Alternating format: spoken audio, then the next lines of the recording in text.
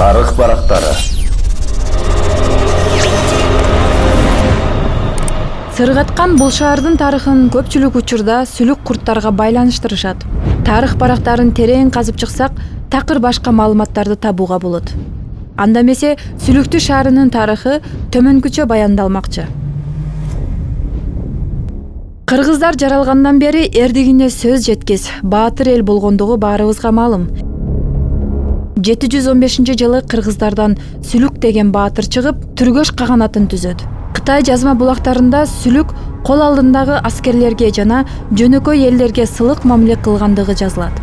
Ошондуктан уруулары улам көбөйүп, батыш аймактарга чейин басып алууга мүмкүнчүлүктөр болгон. Арабтардын кыргыздарга болгон чабуулу текке кетип, Сүлүктөн жеңилип калышат. Арабтар анын баатырдыгына таң калышып, ага Абу Музахим деген наам ыйгарышат. Абу бизче ата, Музахим сүзөөнөк, баш ийбес дегенди түшүндүргөн. Ал эми Сүлүк баатыр өзү ээлеп турган Түргөш династиясында бийлик кылуучу, басып алуучу же Ажыдаар деген ат менен таанылган. Сүлүк сулуу же сулуу эркек, чабыш баарын кыруучу, чор чоро дегенди түшүндүргөн. Чүй өрөөнүнүн чыгыш тарабында орто кылымга таандык Навакет шаарларындагы археологиялык жазма маалыматтарда Согду документтеринде көрсөтүлгөндөй Сүлүк чабыш чор арабтарга моюн сунбагандыгы үчүн арабтар чоң жоготууга учурап жеңилгендиги баяндалат. Сүлүк каганы мыкты дипломат болгондуктан 717-жылы Кытайга барган.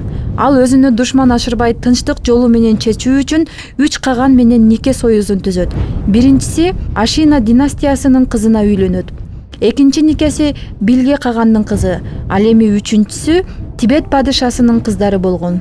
Бирок Сүлүк чабыш чор өз элин канчалык коргосо да көрө албастык күйүк чөл адамдардын айынан түшүнбөстүктөр болуп, ак сөөктөрдүн улам наразычылыгынан козголоң уюштурулуп, 738-жылы Сүлүк каган өлтүрүлгөн.